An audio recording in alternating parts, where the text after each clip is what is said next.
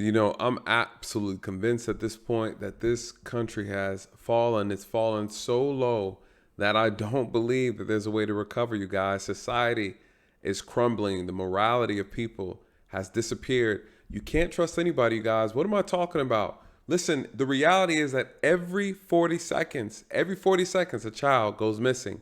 In this country, guys, and approximately 840,000 children go missing a year in this country, and 8 million children worldwide. You guys, listen, this is a problem, right? Kids are abducted. They're taken, they're kidnapped, they're trafficked. This is a real thing. You have to protect your children at all costs, right? We've gotten too lackadaisical, too cavalier with just kids running around, doing whatever they want, walking, leaving, traveling alone, right? Unsupervised. You guys, these kids are a commodity to the underground, the black market.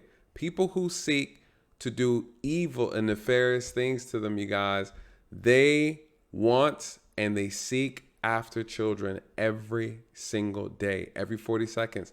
Listen, I'm telling you this as a 13-year law enforcement veteran, you guys. I've seen so much. I've seen the sickness of this world in different levels, different stages. I've seen the horrible mindsets of people, you guys. They cannot be trusted. What am I talking about? If you're not familiar with this case, this is involving Athena Strand, 7-year-old girl, kidnapped and unfortunately killed. They found out she was kidnapped by the FedEx driver. And we got to say allegedly, right? We got to say allegedly. But what's the reality, you guys? The reality is that this little girl's life has been taken. She's been kidnapped like so many others, abducted right in front of her home. It's completely tragic. My heart and my prayers go out to the family. I just can't even imagine, right? I can't even imagine. And if you haven't seen her, this is her, Athena Strand, beautiful little girl, 7 years old. I just absolutely just can't imagine, you guys. I absolutely can't imagine. And, unfortunately, we're going to talk about this case, briefly. I'm going to play a news clip. So I want you guys, if you're not familiar, to kind of get the overview of what took place and where the investigation is thus far. The suspect has been apprehended in this particular situation. And they haven't released a lot of details regarding this abduction. But you guys, listen, this is tragic. It's tragic. And who is this piece of trash that actually committed this heinous crime? You guys, this is Tanner Lynn Horner. You guys, this guy. I think he's 32 years old, FedEx driver. He is being accused of kidnapping and also the murder of this 7-year-old girl. Now, the FBI got involved, which is very interesting. But the FBI is not revealing how they were able to identify, for a lot of reasons. That they don't want to talk about how or what resources they used to identify that he is the suspect, the alleged kidnapper, simply because the FBI never really likes to reveal a lot of the tools that they use. You guys, I've seen some of the tools they use. With that being said, let's listen to this news clip. I think it's going to be very informative for those who are not familiar with this case already. Breaking news after a massive search for a missing 7-year-old girl in Wise County. The Wise County Sheriff says she was found dead. The sheriff says a delivery driver abducted her, murdered her, and has now confessed. Here for all North Texas, Fox 4 News starts now. Hello, everybody. I'm Heather Hayes. It appears a missing 7-year-old girl was murdered during a crime of opportunity. Athena Strand disappeared early Wednesday evening. The sheriff says her body was found today after evidence pointed to a delivery driver in the area Wednesday who the sheriff says kidnapped and killed her and confessed. Fox 4's Macy Jenkins has the breaking details out of Wise County. Macy. Hi, Heather. Well, we got that news just after 10 o'clock tonight during a press conference with Sheriff Lane Aiken here in Wise County. He says that the body of 7-year-old Athena Strand was found earlier this afternoon. Now, the information about that suspect is that he is a 31-year-old FedEx driver named Tanner Lynn Horner. He confessed to abducting and killing the girl. Sheriff Aiken says earlier that her body was recovered about 3 hours ago. Take a listen to the press conference. And continued good work by this investigative team, they were able to determine that the driver abducted Athena. And from the investigative standpoint, digitally as well as good old interviews, we think Athena died within just a very hour or so, the very hour or so after her departure from her home. I think what troubles me about this whole situation is the fact that I wonder what his background is. You know, I wonder what caused him or why he felt the need or the desire to, one, take her in the first place, and then two, to then actually murder her, right? Like I can't wait for them to really dive into his psyche to understand, because here's the thing, you guys, the reality is this. What if he's done this before, right? What if he's traveled and has done this before, right? He delivers, he's a truck driver, he's a deliverer, he delivers packages.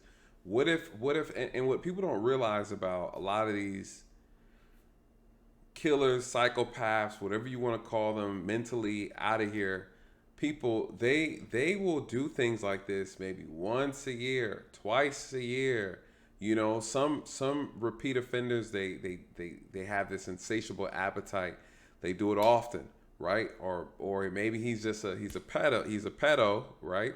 And his desire to want a child so bad for sexual purposes. I'm trying to be careful with YouTube's algorithm. You never know what triggers it.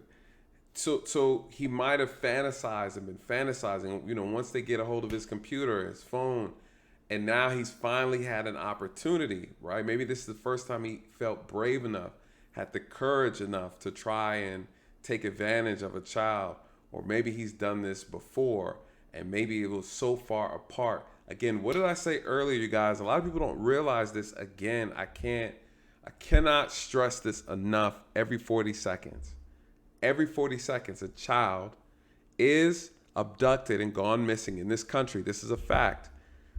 And according to the FBI, approximately 85% of the kids that are abducted are actual children, right? Children, right? So we just have to be mindful. You know, we don't know the backstory. We don't know all that he's done or what he's fantasized about. So I'm really curious to find out, once the FBI really gets into their forensic interview and they really break things down. They haven't talked about whether or not what level of abuse or trauma that that Athena has suffered from, and I think they just don't really want to talk about that or release that information to the media for obvious reasons. As you guys know, this is still an active investigation. But let's get back to the video and hear what they have to say in reference to this.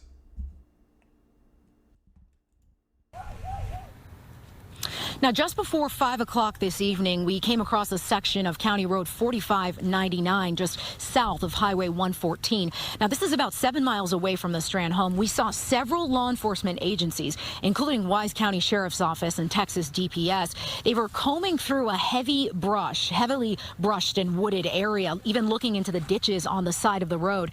Sheriff Aiken says information from interviews initially led them to that area, but it turns out that information was incorrect, as her body was recovered elsewhere. Now, acting FBI agent in charge, Jim Dwyer, says it was digital evidence that led them to that FedEx driver, but he would not give specific details about that evidence. And officials would not comment on whether or not Athena was sexually assaulted, only saying that may come out later in the investigation. Sheriff Aiken says at this time, in his time with both Wise County and the Texas Rangers, Athena's case has personally been one of the most challenging he has ever faced. You know, it's one of the toughest investigations. Now, earlier tonight in Lake Worth, Fort Worth police had set up roadblocks on Somerville Place Road. Aiken says this is where the suspect lives. They would not elaborate on whether or not any evidence was found at the home, but they did say that he lived there. Now, just to recap, we've been covering this story for a few days. The search for 7-year-old Athena started on Wednesday. Authorities say she got into an argument with her stepmother Wednesday afternoon, sometime after getting off of the school bus at 4:15. When the stepmom went to check on Athena around 5:15, she says the child was gone, and after searching for more than an hour, she called 911. The sheriff. Okay.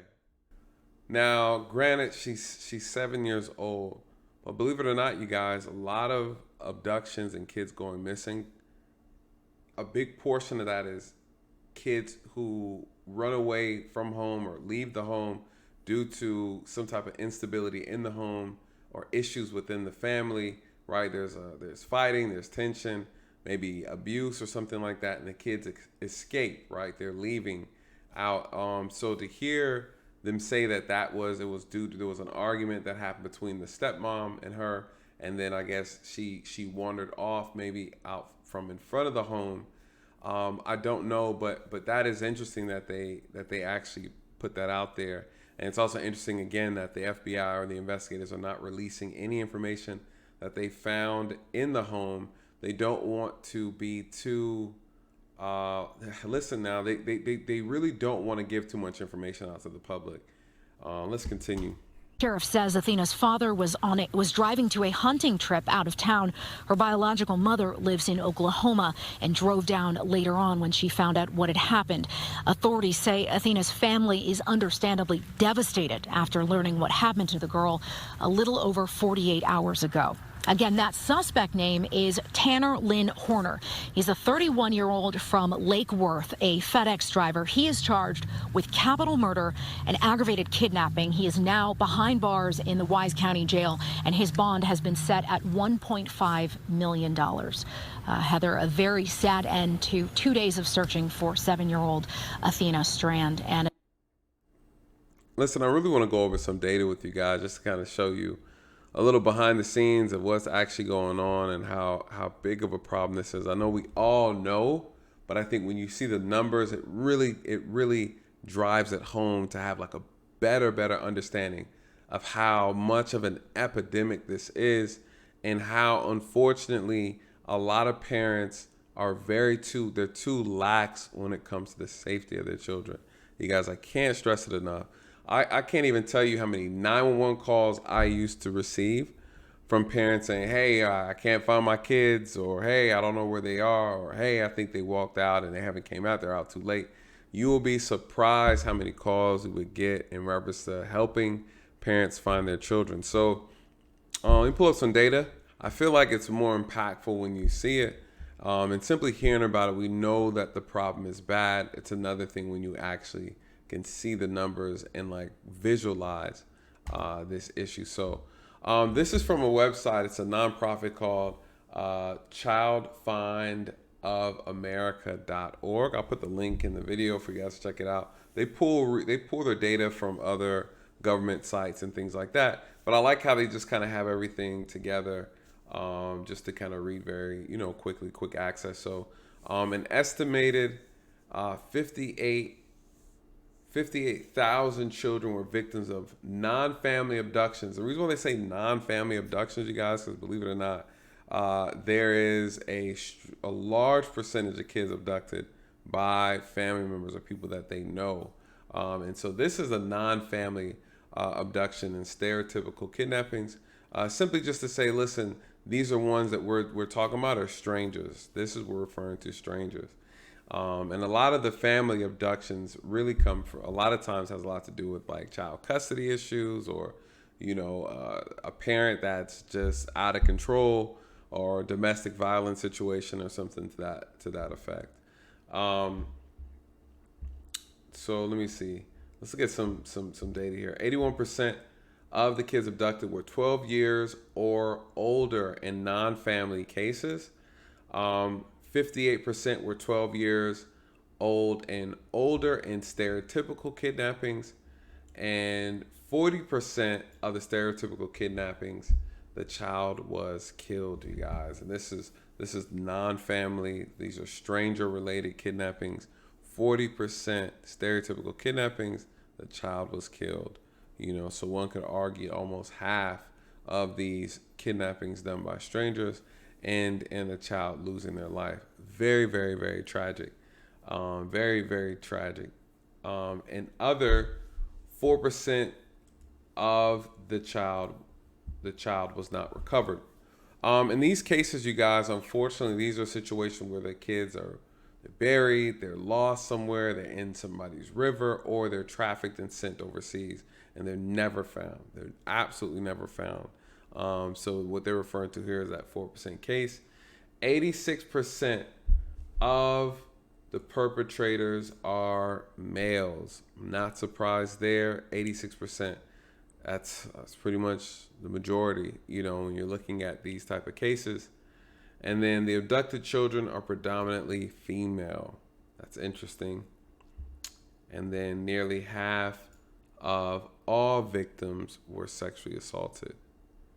All right. Very, very, very scary information right here, you guys. This information has been collected by a lot of different sources, but this one is called NISMART, the National, I